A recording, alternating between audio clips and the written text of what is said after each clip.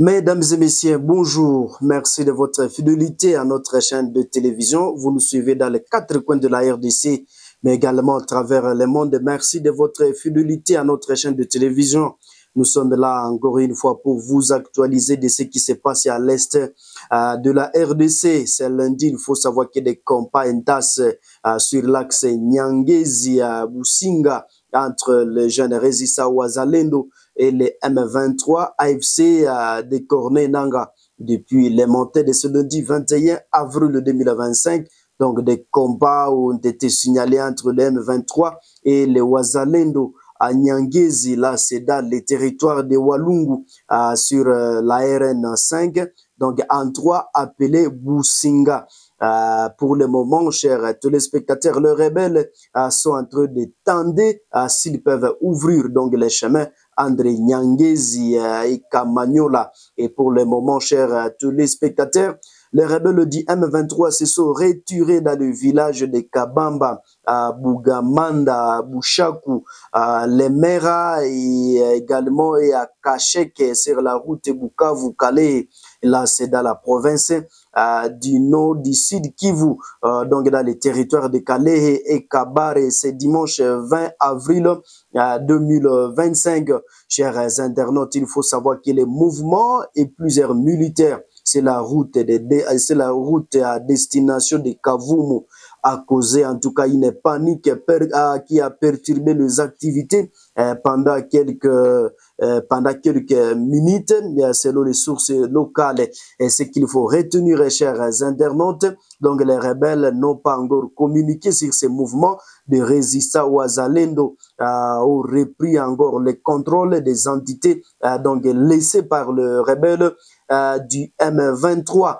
Et chers internautes, les VPM de l'intérieur, Jacquemain Chabani, affirme détenir une multitude de formations liées à l'ancien président Joseph Kabila Kabange au M23 et également à l'armée rwandaise. Il évoque de séjours répétés de Kabila à Kigali. Donc le PPRD, son parti, a été suspendu sur toute l'étendue du territoire national et des poursuites judiciaires sont à court. Chers téléspectateurs, je vous propose de suivre le ministre de l'Intérieur, Jacquemain Chabani. Nous avons malheureusement une multitude d'informations et de faits qui cristallise le fait que l'ancien président de la République, Joseph Kabila, qui est leader de ce parti politique, a des accointances avec non seulement le groupe terroriste qui est utilisé par l'armée rwandaise, c'est-à-dire le M23, mais aussi qui a des accointances avec l'armée rwandaise. Il a séjourné à plusieurs reprises au Rwanda, à Kigali. C'est Kabila qui fait peur en réalité, parce qu'il est innocent dans tout ça. Même toutes ces affabulations sur son entrée à Goma, en réalité c'est une fabrication du régime. L'objectif c'est quoi? Instrumentaliser la crise qu'ils ont créée eux-mêmes avec les M23 et les autres, manipuler l'opinion. Chers téléspectateurs, 4 blessés graves victimes de la récente attaque des miliciens Mobondo contre la ferme Mpoko au Kabylie, là à Mayala, donc dans le territoire des Bagata à Kwilu, sont admis à l'hôpital général de référence de Bandundu pour des soins appropriés. Cependant, ils sont dépourvus de moyens de survie et appellent à une assistance urgente. Parmi ces 4 blessés, chers téléspectateurs, admis donc au pavillon militaire de l'hôpital général de référence de Bandundu, figure une femme de 3e âge et un garçon de 8 ans. Et donc, parmi ces 4 blessés graves admis au pavillon militaire de l'hôpital général de référence de Bandundu, figure une femme de 3e âge et un garçon de 8 ans. C'est l'eau de victimes, l'ingursion des miliciens Mobondo, perpétrée en tout cas le 1er avril à la ferme Kabylie, Lampoko, se tient non loin du village Mayala, au secteur Wamba Fatundu dans les territoires de Maba, de Madeda. Donc là, c'est dans les territoires de Bagata. Chers téléspectateurs, en tout cas, merci de nous avoir choisi pour vous informer, vous actualiser de ce qui s'est passé en République démocratique du Congo. Si c'est la première fois de nous suivre, n'hésitez pas de vous abonner, aimer et partager la publication. Au revoir. Monsieur le Président, Excellences, Mesdames et Messieurs les membres du Conseil, permettez-moi au nom du gouvernement de la République démocratique du Congo de féliciter la France pour sa présidence du Conseil ce mois d'avril et de remercier sa délégation pour l'organisation de cette réunion ainsi que pour le dialogue interactif tenu la semaine dernière. Je salue ici aussi la présence de mon frère, son Excellence M. Tete Antonio, ministre des Relations extérieures de l'Angola et président du Conseil exécutif de l'Union africaine, ainsi que la présence de l'envoyé spécial du secrétaire général pour la région des Grands Lacs et de la directrice exécutive de l'UNICEF et des représentants des pays membres de la région des Grands Lacs. Monsieur le Président, depuis l'adoption de la résolution 2773, 54 jours se sont écoulés, marqués par l'attente, l'inertie et la poursuite des violences. Sur le terrain, rien n'a changé. Les violations persistent, les tensions s'aggravent et la paix demeure hors de portée. Le dernier rapport du secrétaire général est sans équivoque. Les aéroports de Goma et de Bukavu restent sous le contrôle effectif du M23 et des RDF. Dans les zones occupées, les exécutions sommaires, enlèvements, enrôlements forcés et atteintes aux droits fondamentaux se multiplient. Une dérive plus grave encore s'installe, l'imposition d'un ordre politico-juridique parallèle fondé sur la force au mépris de l'autorité souveraine de l'État congolais. À cette dynamique de prédation politique et militaire s'ajoute une autre urgence tout aussi tragique, la crise humanitaire. Comme l'a souligné le secrétaire général dans son rapport, ainsi que la directrice exécutive de l'UNICEF, elle a atteint un seuil critique. Plus d'1,5 million de nouveaux déplacés, des zones entières inaccessibles et une intensification des attaques contre les camps de déplacés et les centres de soins. Parallèlement, les coupes budgétaires imposées aux agences humanitaires du système des Nations Unies compromettent gravement les capacités d'intervention. Les besoins explosent, les ressources s'effondrent et l'espoir s'efface. C'est un appel solennel que nous lançons à la communauté internationale. L'urgence humanitaire en République démocratique du Congo ne peut plus attendre. Il en va de notre devoir moral, mais aussi de la stabilité régionale. Les flux de réfugiés vers les pays voisins fragilisent les écosystèmes sociaux déjà précaires et nous devons le dire avec lucidité. Le retour des déplacés et des réfugiés, dans un contexte d'occupation prolongée et de tentatives de repopulation imposée, est une question hautement sensible. Elle touche à la cohésion sociale et à la mémoire des territoires. Mal gérée, elle deviendra un terreau fertile pour des conflits futurs. Mr. President, the adoption of Security Council Resolution 2773 marked a turning point. It carried the authority of this Council, and yet, 50 days later, the situation on the ground remains unchanged. The RDF M23 coalition continues its violation as if the Council's will had never been expressed, as though the resolution were destined to remain a dead letter. We say otherwise. This resolution is a living instrument adopted to protect lives, restore legality, and preserve peace. And millions of lives in Eastern DRC still await its full implementation. In this context, regional momentum must be reinforced and unified. We commend the tireless efforts of President João Lourenço, the African Union-appointed mediator, whose steadfast engagement helped maintain political dialogue despite repeated deadlocks. We also welcome the recent appointment of President Faure Ezosima Gnassingbé of the Togolese Republic as a new mediator. The Democratic Republic of the Congo expresses its full support for this tenure, which signals a renewed commitment to elevate the process at the highest political level. We also express our profound gratitude to the Emir of Qatar for his sustained commitment to peace and security in the region and supporting regional efforts.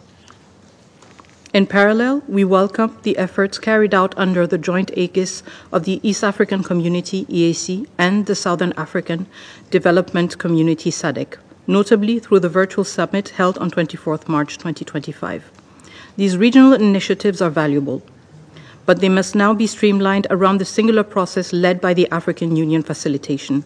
Only a centralized coordination backed by strong and recognized African leadership can avoid the dilution of efforts and bolster the credibility and impact of regional commitments. This also calls for more coherent international support. The Office of the UN Special Envoy for the Great Lakes region can no longer be limited to supporting a single instrument, the 2013 Peace, Security and Cooperation Framework, whose revitalization is long overdue. It must be reconfigured with a clear mandate, rooted not in one agreement alone, but in the realities on the ground. Its role is essential to anticipate crises, support African-led mediation, and ensure alignment between regional initiatives and international response. The scale of the security challenges, transboundary threats, the collapse of trust mechanisms, and the entrenchment of impunity demand a strengthened, legitimate, and fully operational office. But we must also speak plainly. None of the decisions stemming from regional processes have been implemented. This is not simply a matter of institutional weakness. It reflects a repeated refusal to uphold commitments without consequence. Mr. President, the time for implementing Resolution 2773 is long overdue. The M23, along with its backers, must now comply with the authority of this Council by immediately, fully, and unconditionally withdrawing from the Congolese territory, ceasing all obstruction of humanitarian operations and the execution of MONUSCO's mandate, and halting all attacks on civilians, displaced persons camps, hospitals, and schools. But as clear as these measures may be, they will remain ineffective without a credible verification mechanism. As highlighted by the Secretary General in his report, violations persist with complete impunity, and the regional verification mechanisms outlined in the Luanda process have proven inoperative, in large part due to the non-participation of certain states. The DRC therefore proposes the establishment of a strengthened monitoring mechanism anchored in the Security Council's existing structures. The group of experts under the 1533 sanctions regime, working in coordination with MONUSCO and the Office of the Special Envoy for the Great Lakes region, could be tasked with producing regular, verifiable reports based on clear indicators and formally transmitting them to the Council and the Sanctions Committee.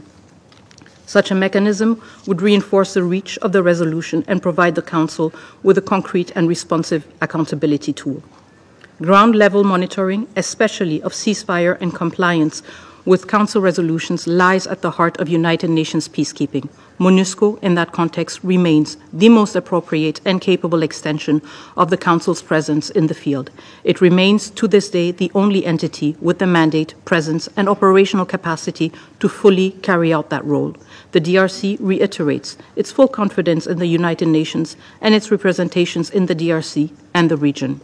We firmly condemned the repeated, baseless, and undignified attempts to delegitimize the UN, its missions, and their leadership, attacks systematically spearheaded by Rwanda. This double standard is untenable. A state simultaneously contributing troops to peace operations and benefiting from the appointment of a special representative of the Secretary General, and at the same time leading a defamatory campaign against the United Nations, all while profiting from its legitimacy to sustain its military apparatus and salvage what little remains of its international reputation. Monsieur le Président, dans le cadre du soutien à la résolution 2773, certains acteurs se sont déjà mobilisés en imposant des sanctions ciblées contre le Rwanda et le M23. Cela mérite d'être salué.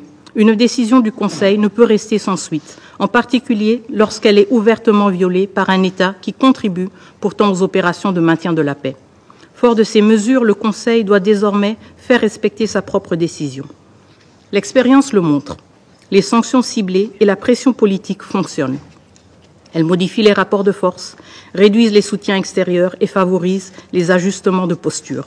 Il est temps de les intégrer dans une réponse multilatérale structurée. Et demander des comptes ne devrait pas valoir une menace. Personne ne devrait être envoyé en enfer pour avoir défendu la Charte des Nations Unies.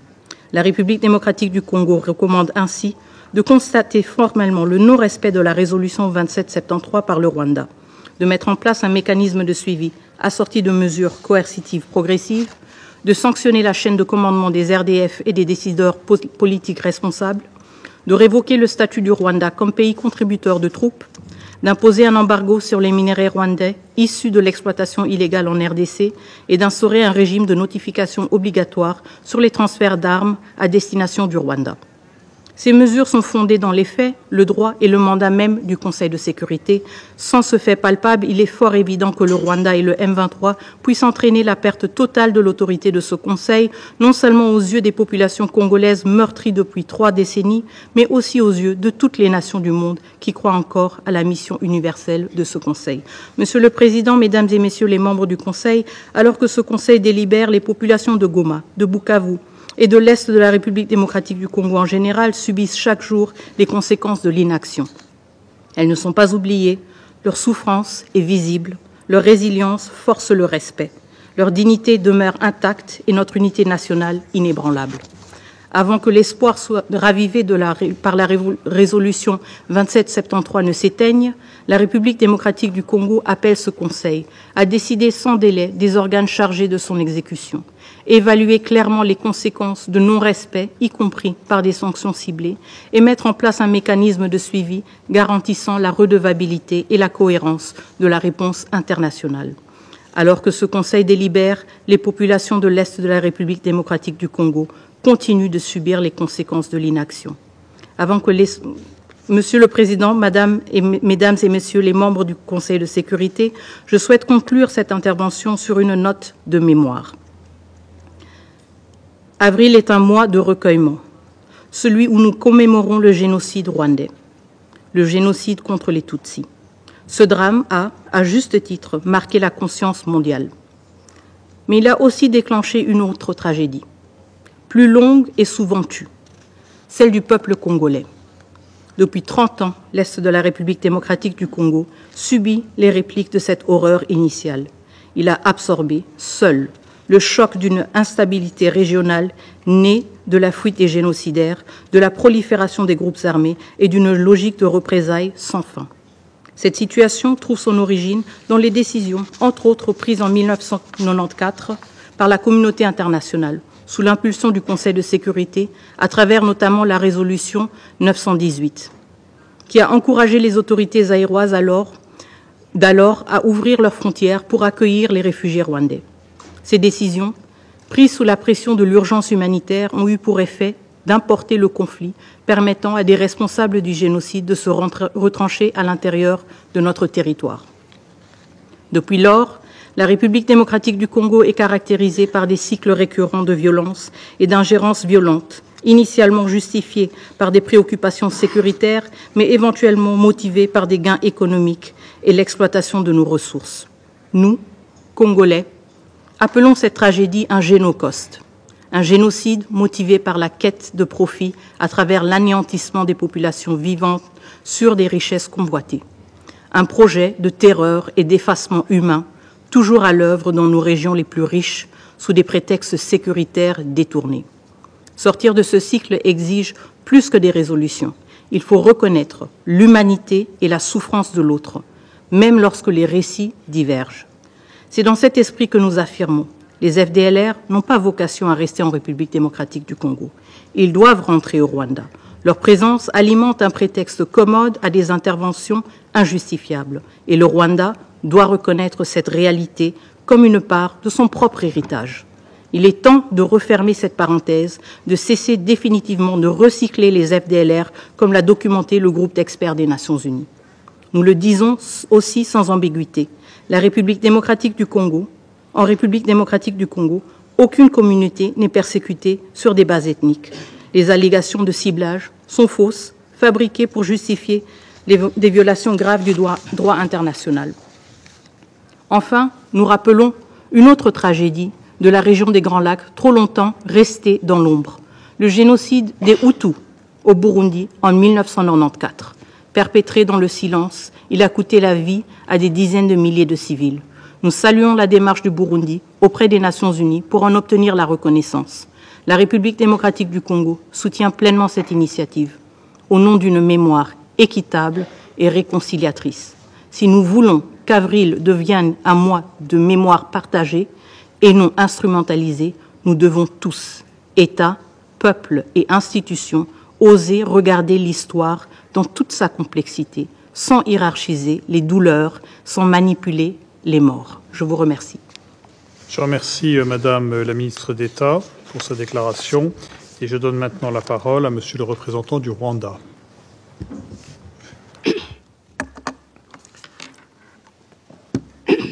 Thank you very much, Mr. President.